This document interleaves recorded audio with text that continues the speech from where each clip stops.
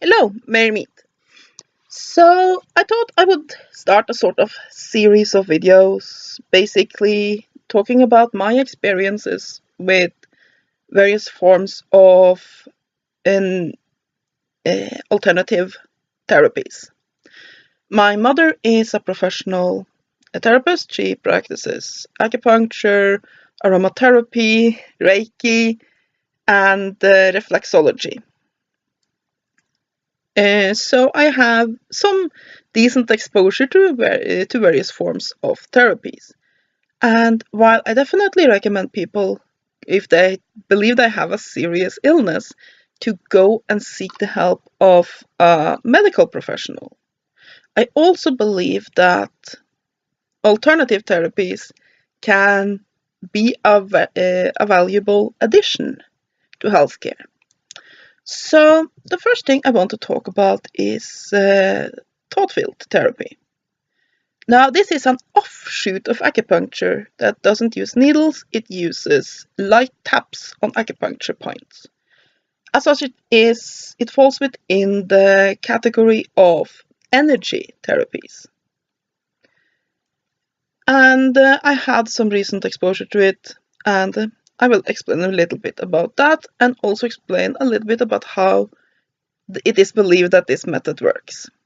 Basically, the most common belief around this is that we have several bodies. We have our physical, basically our dense flesh, and then we have several energy bodies or auras outside of that encompasses it and basically becomes lighter and lighter and lighter until it joins with universal source. And one of these bodies are the mental one. And it is believed that just as a physical injury can leave scars on our dense physical bodies, trauma, affair, or some sort of mental issues can engrave themselves on the mental body and stay there unless released.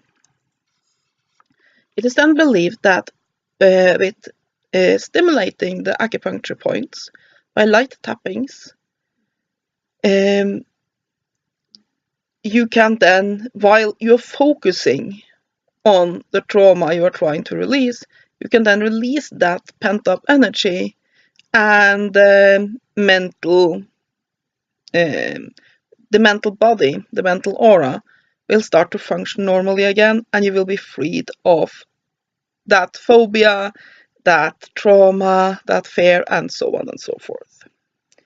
There are also ways to give yourself energies there that instead of trying to take away something negative, you try to infuse something positive instead, but then we are getting into the bit more advanced techniques. So, like a lot of alternative therapies, this one has an impressive origin story. And I believe that just like the stories that were told about the founder of Reiki and how he miraculously discovered it by being hit by a Jesus bolt. There are some truth to these stories. Usui was searching for an energy healing system. He was working on it. He was on a mountain retreat. But the whole Jesus bolt thing might have been an exaggeration, especially since he wasn't Christian. And the same with how it is believed that thought field therapy developed. It's an amazing story, and I believe there's some truth to it, but yes. But let me just get on to this story. It was basically I believe it was a psychiatrist, and one of his patients was an elderly woman who had an enormous phobia for water. I mean, completely debilitating. She had to wash herself with wet wipes. She couldn't go out of her house unless she was driven somewhere because she was so afraid of being caught out in the rain. She didn't shower. She had a problem even drinking, and it was basically as bad as it got, and nothing this psychiatrist did helped. He tried drugs, he tried cognitive therapies, he tried everything, and nothing worked. And one day, while he had her in his office, he decided he would, because he was also an acupuncturist, and he decided if he could somehow combine this. So he decided he would gently massage the woman's acupuncture points while discussing her phobia. And then suddenly she exclaims, "It is gone!" And then poof, her phobia was completely gone and never resurfaced, and she was happily swimming around and all was well. Now, it's an amazing story, and while I do have a bit of a belief that it's exaggerated, thought therapy is very good to use against phobias. It's basically one of the areas where it is the most effective. So, I have had two experiences with thought therapy. One that didn't really work and one that worked very well. For my first experience, I had a treatment against general anxiety, and it worked then and there. It made me less anxious, and it worked for a couple of days, but it didn't stay, it didn't keep it. So I believe that if I had at that time learned the technique myself and continued to self-apply it, then that might have helped on my anxiety situation. But just going in and getting these treatments, it wasn't enough. It resurfaced. And that is a reoccurring danger with thought therapy, that it removes the issue, but that it resurfaces unless you continue to work with it. My second experience with it was now recently. So basically, I had a very, very negative experience when I was hospitalized in October, because I just kept fainting, and nobody really could figure out why. They was wondering, could it be some sort of odd type of epilepsy, perhaps, or some sort of exhaustion, or... So anyway, I ended up in the hospital, and they didn't really find anything wrong, so I think we settled on exhaustion. But the point is, I have a needle phobia, and it's pretty bad. And I have been working on it, which I have addressed in some videos, but it's still there. And when I was then pressured into letting a complete stranger draw my blood, and also that attempt itself was completely botched, because first of all, I was in an extremely stressful situation, and they broke several promises. I'm not going to go into the entirety of that situation because it's not necessary for this video, but suffice to say that promises that the nurses had made to make me feel safer were broken. And also they hit a nerve, and I sat screaming for 5 minutes. It was the worst pain I have ever felt. And you combine that with an already pre-existing needle phobia, it sort of blossomed out of all control. I couldn't be around brushes or my embroidery needles. I couldn't be in the same room as any kind of needle. And I also had an extreme anxiety and nightmares. It was an extremely difficult situation. So I went home to my mother's for 6 weeks to recover there. And she introduced me to her thought therapist. And I have to give a shout out. The woman is extremely good at her work. I don't know her last name. Her first name is Margaret. So if you are in the Hønefoss area of Norway and you want to see a thought therapist, find someone named Margaret. She's pretty good. So, yes, I had 5 sessions, I believe. Was it 4? and basically how a session at a thought-filled therapist's work is that you sit down and you are asked to bring up in your mind the thing that you are afraid of, or basically your issue, and to focus on that. And then the thoughtful therapist will gently start to tap several points on your body. It doesn't hurt. You're not supposed to basically beat someone. Though when my mother was practicing that on me, she did manage to scrape away skin from my finger.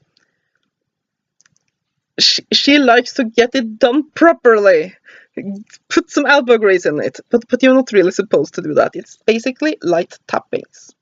It should be firm enough that you feel it, but it shouldn't hurt you and bruise you. And so there's several points. And while you focus on what the issue is, and that's the key of it, because this is definitely a therapy that's more about skill than it is about knowledge, because there's not that many points. But what really separates the wheat from the grain here is how good the therapist is to get you to basically hold that emotion in your mind. And then they will usually ask you how strong that emotion is. So let's say it's a phobia you're working on. They might ask you how strong your fear is on a scale from 1 to 10. If it gives you any ideas of color, if it's any images that comes to mind.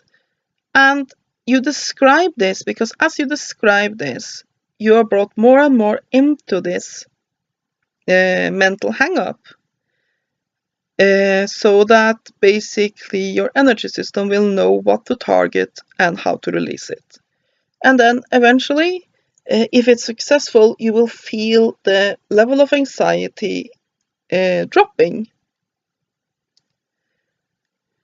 until you basically reach nothing or almost nothing. That will then conclude that session of it. So basically, the result I had was that I am now able to sew things. I made myself a little hair toy here the other day. I can use brooches again. It's basically, I have far less nightmares and have begun the process of coming to terms with what happened and accepting it, and then eventually be able to heal from it. So yes, it's still a pretty bad phobia. I'm still pretty badly shaken, but it's a lot better, and I believe that that healing process took a lot less time with using thought-felt therapy than it would otherwise. So for me, it wasn't some sort of miraculous boom, my needle phobia is just gone. It would be very nice if it would have been that. Basically, 5 1-hour sessions and boom, that phobia completely gone. Not a problem anymore. But it wasn't. But it did basically normalize things, and it made the phobia it lessened the level of anxiety quite considerably. And so far, it hasn't come back to that degree. I can sew, I can embroider, I can wear a brooch. So I'm very happy with that treatment. So what does thought-filled therapy, what's it recommended for? Basically, it's very useful for anxiety disorders and phobias. It can also be used for depression and other emotions, basically when you have negative emotions that you are stuck in some way, shape or form. Thought-filled therapy is a viable option. But like I said, it really depends on how good that therapist is at getting your attention and keeping your attention on the issue you are having. Because if they don't keep that going, then the energy release won't know what to target. And talking about it in such a way is also then for many people therapeutic. So I guess you can't really be sure if it's basically the tapping at acupuncture points itself that does the trick, or talking about the problem with somebody who is good at listening and is good at getting you to talk about it and be in that situation, but not in an overwhelming way. Side effects of it is, generally speaking, unless you have my mother tapping holes in your skin, that you can be very mentally drained.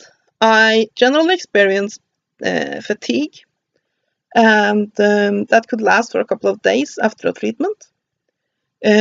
Sometimes when you work with the symptoms can worsen before they get better, but it is not as common with thoughtful therapy. Since it is a mental release, being emotional, tears, crying, and basically having a mental reaction to it can also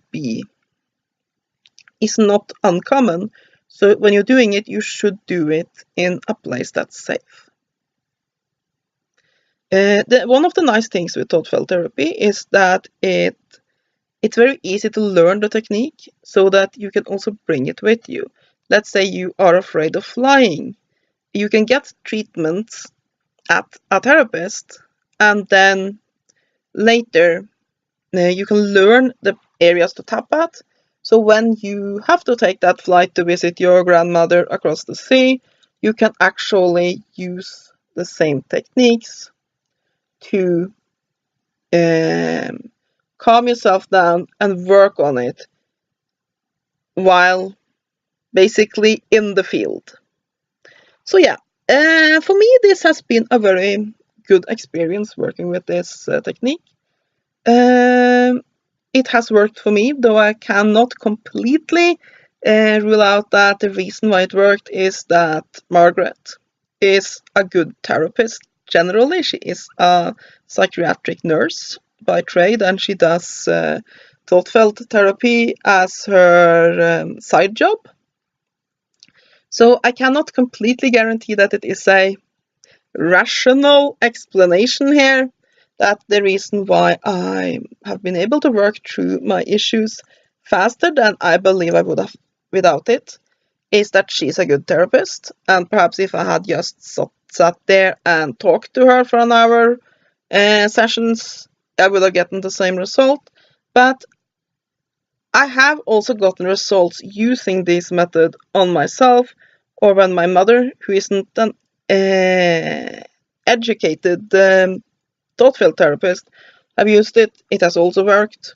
So yeah, I mean, that I have been able to sew my hair up with ribbons again and all that is proof to me that the method works. But I don't believe that you should basically read the origin story and expect there to be a miracle.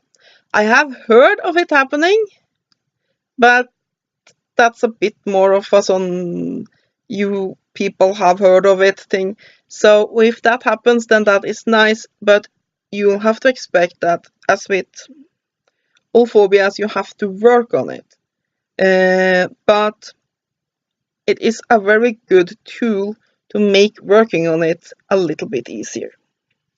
So yeah, that is my experiences with thoughtful therapy.